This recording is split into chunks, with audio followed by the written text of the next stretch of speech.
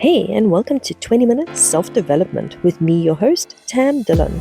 This podcast is all about focused, effective self-development, specifically for healing practitioners, space holders, and intuitives who want to do the work behind the work. In each episode, I'll introduce you to a key concept, reflection, or tool that's designed to strengthen your inner capacity and support the integrity of your practice. In just 20 minutes, we'll go beyond surface level growth and into the real work that makes you a stronger, steadier, and more embodied practitioner. Let's get into today's episode. Well, hey, and thanks for tuning in for another episode of 20 Minutes Self-Development. So far this month, we've explored what real readiness looks like for healing practitioners.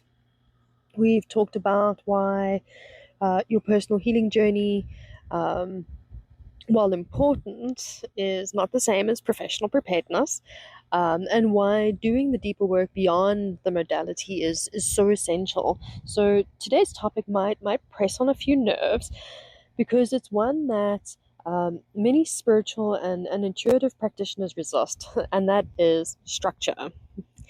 I've done us, okay? I've been one of those practitioners. And I don't mean ceremonial structure or sacred flow. I'm talking about practical, grounded, ethical structure.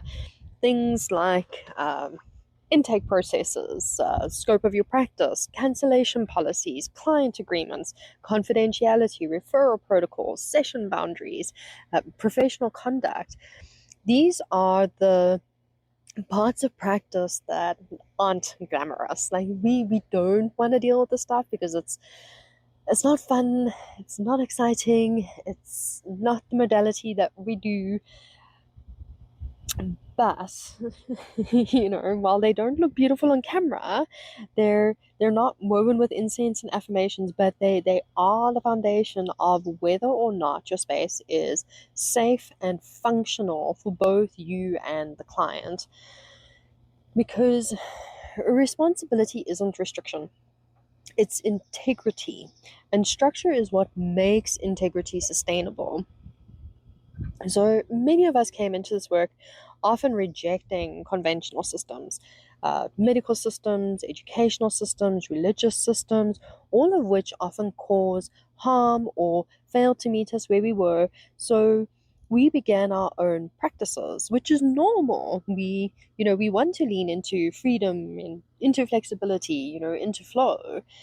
And that's beautiful. It's a big part of the work that we do, and being a practitioner, it's a huge part of that.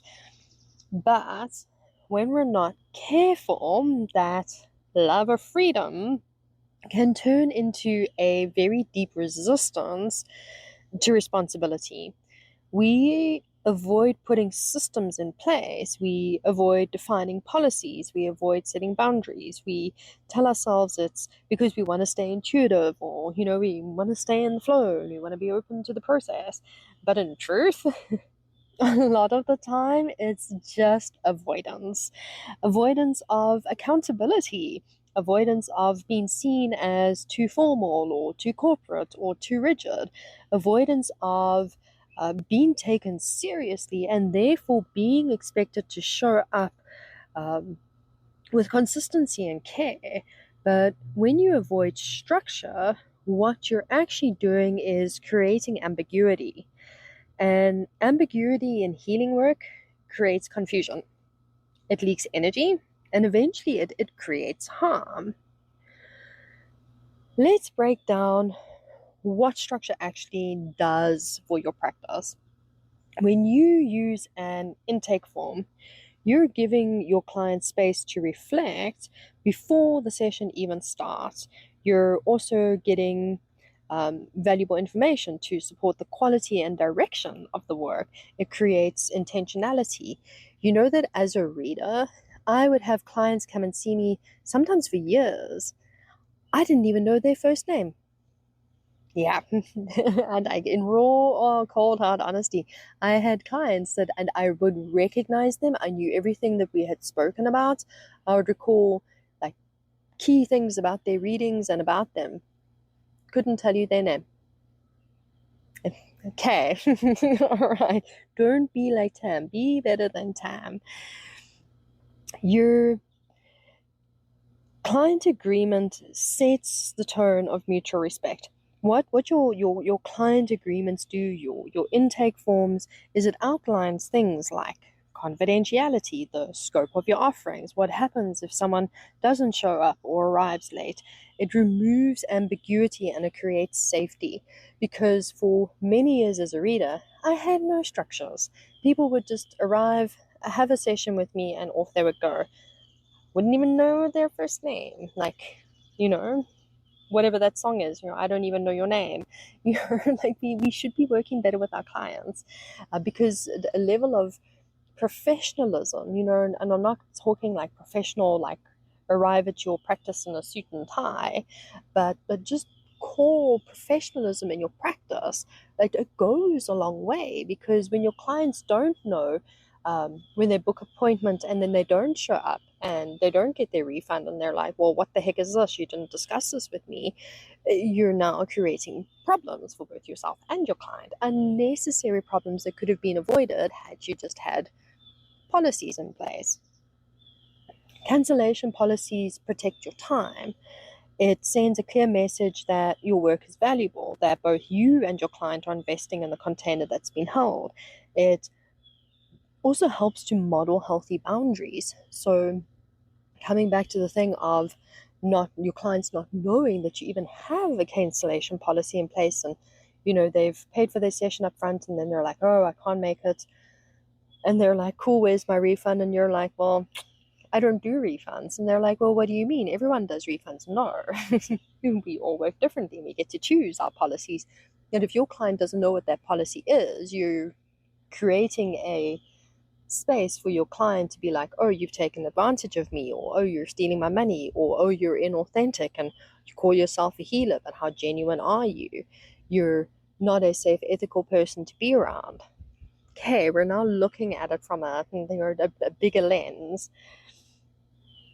Defining your scope of practice keeps you from overreaching.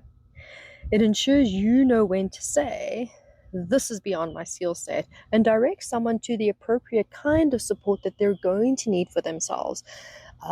For years, I was a tarot reader, and then I added energy healing into my modality, and that was pretty clear cut. Like, you go to Tam, she's going to pull cards and she's going to stick some crystals and wave some incense, like you kind of know what to expect. But there's so much more to that. What do I cover in my readings? What am I willing to look at? What kind of questions am I prepared to answer? Am I predictive in my readings? Do I look at third parties in my readings? Where are my ethics and boundaries within my readings? What healing work am I prepared to take on? Am I prepared to take on someone who has terminal cancer in the hopes that my healing modality is going to swing them around? So define your scope of practice. Now you can define what it is that you can and can't offer, again, because it helps your clients know who you are and what you offer and how you work, creating that safe container for them. Structure doesn't dilute your intuition. It gives it a place to land. It keeps your nervous system from being fried by decision fatigue. It keeps your time sacred. It helps you show up with so much more presence, because you're not scrambling to decide, how to respond in the moment. You've already created the framework. So when the client is now asking you, okay, well, what does your Reiki entail? And you're like, well, it entails me sticking some crystals on your forehead and putting my hands on you. And they're going to be like, wait, what? Define your scope of work, define your cancellation policies, define how you work, define the fact that your sessions are confidential, so your clients aren't coming in and they're like, can I talk to you about this? Like, are you going to keep this to yourself? The people have asked me that because I didn't define, like, hey, everything said in this space is confidential and it's a safe space. Here's the thing. It's not just about protecting your energy, it's also about making sure your clients aren't navigating a container that's full of holes. Because, oh my goodness, within the spiritual industry, goodness, do we have holes? We have so many holes. And that is why a lot of us were labeled as flaky and flighty and snowballs and whatever other terms people like to give to us, because we don't have professional structures in place. We can't just stick on our flowy dresses and wrap ourselves in mala beads and be like, well, today I feel like working with clients. Today I think I have a cancellation policy. Like, you need to have those structures in place. Are you working with clients on a Monday and a Tuesday and not on a Wednesday? Like, you need to meet your clients somewhere. You can't just be like, I'm gonna wake up and feel if I need to work with clients today. No. Okay, you're not doing yourself any favors because you don't have any structure, and you're not doing your clients any favors either by doing that. So why do practitioners resist structure? Sometimes it's imposter syndrome. We don't feel ready enough to write policies, so we avoid them entirely. When I sat down to do policies for the first time, I'm like, oh my God, I don't know how to write a cancellation policy and what's acceptable and what's not acceptable. And, if I don't give refunds, am I going to lose clients, and like, what do I need to have in my policies? And how do I work out my booking system? Like, it's overwhelming, and my imposter is like, oh my God, you don't know what you're doing. Like, you know how to do this stuff. So I avoided it. A lot of us, we avoid it. And sometimes it's a trauma response. We associate boundaries and agreements with control or punishment. Sometimes it's people pleasing. We're afraid someone will say no if we ask for commitment or payment in advance. I went a good stretch of years where you booked and paid before you saw me. I also went a stretch of years where you would book and then pay me afterwards. They both had their pros and cons. I now know what works better, and I'm working with what works for me. But I'm not coming from a place of like, oh, I can't have that policy in place because my clients are going to drop me. Am I coming from a place of being professional, or am I coming from a place of trying to please everybody? But often what we call flow is actually just lack of readiness. We're like, oh, I'm not in my flow space. I'm just not feeling the alignment. It's just lack of readiness. Okay, your alignment is there, your flow is there. You're just like, oh, I'm not feeling it. No, you're just not ready. Okay, like, know the differences. And sometimes it's not just avoidance. It's performance. Practitioners who say they want to do this work, but when it starts requiring real responsibility, they pull away because they're caught up in the whole thing of, oh, this work is glamorous and it's mystical and it's flowing skirts and mala beads and waving my incense around. It's not. That's maybe like 1% of it, okay? And not all of us wear flowing skirts or wear mala beads. Not all of us can burn incense. All right, so we've got to be real with ourselves, and we've got to be real in the willingness to take on the different types of responsibilities that come with being a spiritual practitioner. You can't just arrive in the world and stick a Facebook post out there and be like, cool world, I'm now a Reiki practitioner. You have no booking policies, you have no cancellation policies. People don't know how your structure works, people don't know how your sessions work. People are going to be like, hey, just how much of a safe, competent space are you? All right. And the practitioners, we tend to start saying things like, I'm just not feeling aligned with this client, or I can't work today because my energy's off. Like, oh my goodness, yes, we do this. Like, because we work in this realm of flow and energy and alignment, we use that as avoidance. Okay, we use these things as excuses, not a genuine, you wake up and you're like, oh my God, if I go and work with clients today, I'm going to do some damage if I don't rest. You're coming from the space of like, oh, I'm just not, my chi is just not in alignment with my clients today, so I'm just going to, hang my mala beads up for the day. Like, no, stop working like that, okay? You're making a commitment to being a practitioner. Make the commitment to being a responsible practitioner, because it's not coming from a grounded, honest place. It's coming from a desire to avoid, where you're waking up and you're just like, oh, I'm just not feeling my clients today. No, you're just avoiding your clients today. Okay, so be honest with yourself. You also get clients that will cancel sessions at the last minute. They'll my apologies, you'll get practitioners that will cancel sessions at the last minute because they're just not feeling the flow today, and I'm just not feeling in alignment with my clients. So they're just like, message all the clients, and they're just like, oh, my chi is off, I can't see you today, I'm so sorry, my darling. Or they'll ghost their clients. They'll romanticize intuition while rejecting any form of professional accountability. And this needs to be said clearly. This is not flow. That's flakiness, and flakiness is harmful. It erodes trust. You're building relationships with clients. How do you build a relationship with someone when you're like, oh, I can't don my mala beads today and work in your energy today, darling. I don't have the capacity. Where are you? Are you coming from authenticity, or you just, be one of those performative practitioners? And it leaves your clients feeling unheld, it leaves them confused, and in some case, it leaves them re-traumatized. Maybe that client really did actually need that session today, and you're just like, oh, I'm just not in alignment with you today, darling. Like, have you any idea what that might do to your clients?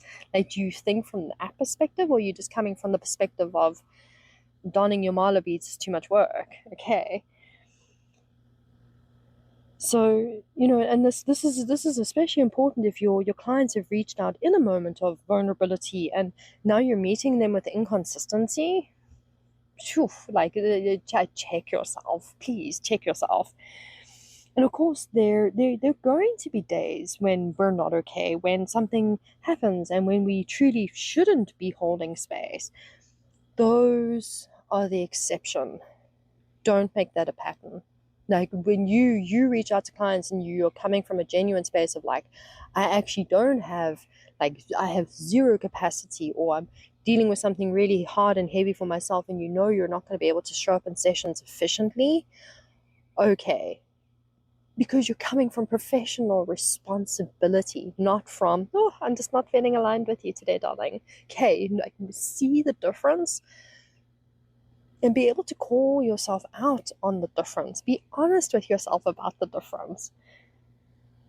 Structure protects you and your client against this, not by forcing you to override your body or pushing you past burnout, but to help you distinguish between genuine need for rest and a pattern of avoidance. Structure is what's going to allow you to be consistent and spacious. It's going to help you be devoted and discerning, to really allow you to truly, genuinely show up for your clients, not just when you feel like donning your flowing skirt and your mala beads. In many traditional healing modalities, structure is actually a sacred thing.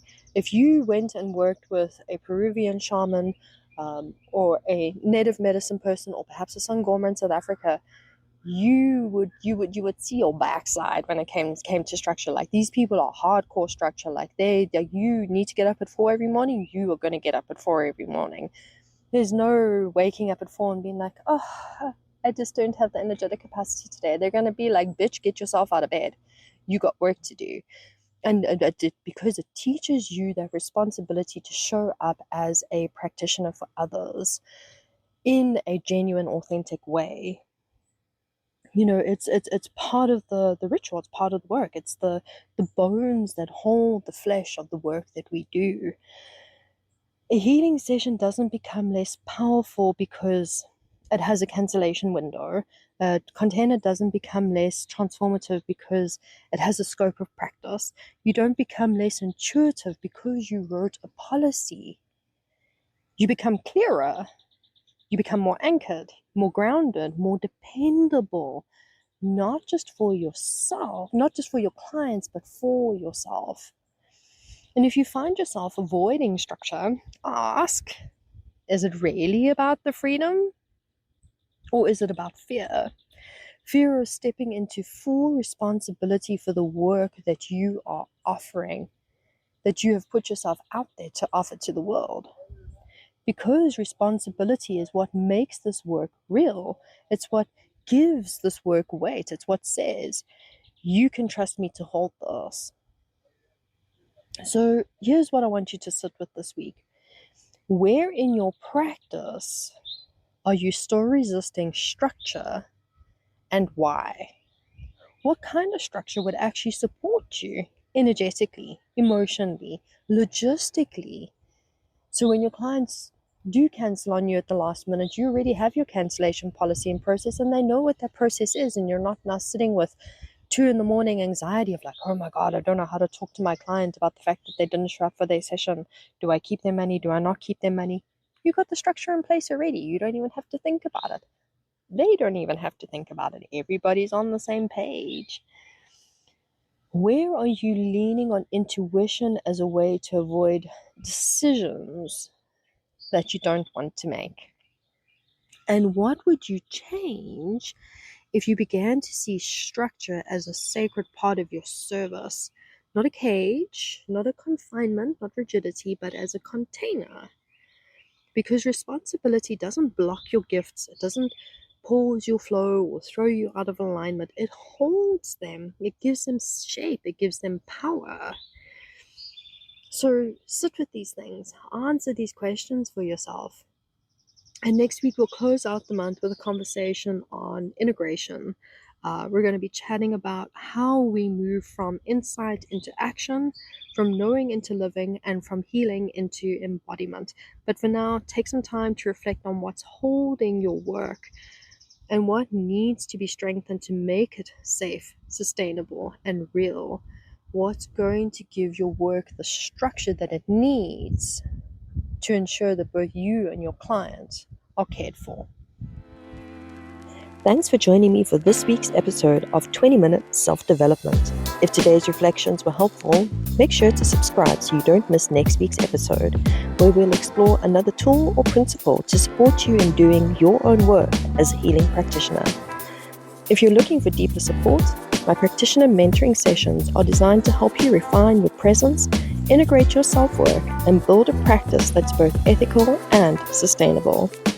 You can also visit the Tam Dillon Academy to explore all current programs and resources built specifically for space holders like you.